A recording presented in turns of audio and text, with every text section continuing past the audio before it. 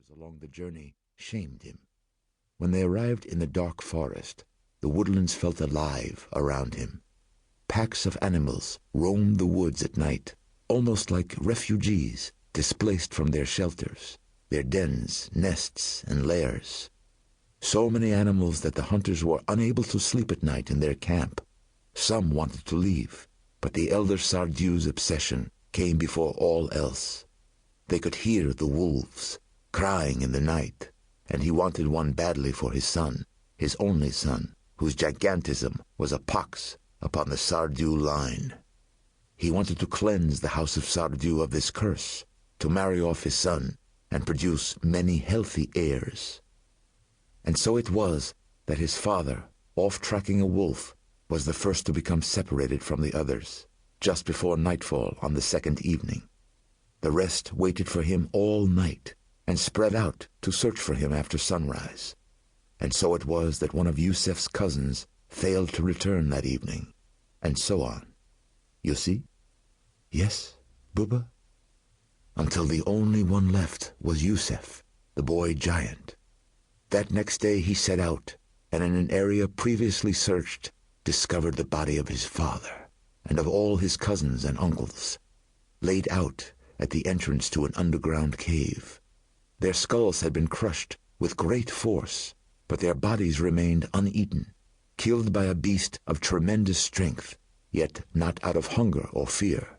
For what reason he could not guess, though he did feel himself being watched, perhaps even studied, by some being lurking within that dark cave. Master Sardieu carried each body away from the cave and buried them deep. Of course, this exertion severely weakened him, taking most of his strength.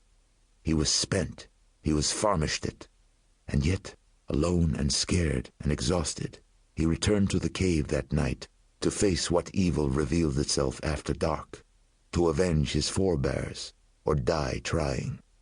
This is known from a diary he kept, discovered in the woods many years later.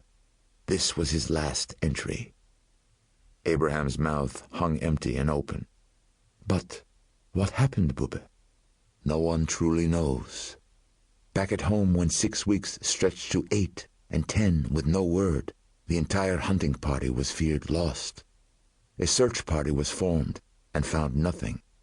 Then, in the 11th week, one night a carriage with curtained windows arrived at the Sardieu estate. It was the young master. He secluded himself inside the castle, inside a wing of empty bedrooms, and was rarely, if ever, seen again. At that time only rumors followed him back about what had happened in the Romanian forest.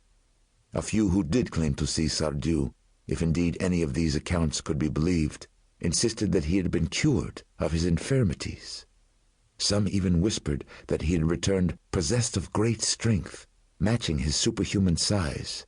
Yet so deep was Sardieu's mourning for his father and his uncles and cousins that he was never again seen about during work hours, and discharged most of his servants. There was movement about the castle at night. Hearth fires could be seen glowing in windows, but over time the Sardieu estate fell into disrepair. But at night some claimed to hear the giant walking about the village. Children, especially, passed the tale of hearing the pick, pick, pick of his walking stick, which Sardieu no longer relied upon, but used to call them out of their night beds for trinkets and treats. Disbelievers were directed to holes in the soil, some outside bedroom windows, little poke marks as from his wolf-handled stick. His Bubba's eyes darkened. She glanced at his bowl, seeing that most of the soup was gone. Then, Abraham, some peasant children began to disappear. Stories went around of children vanishing from surrounding villages as well, even from my own village.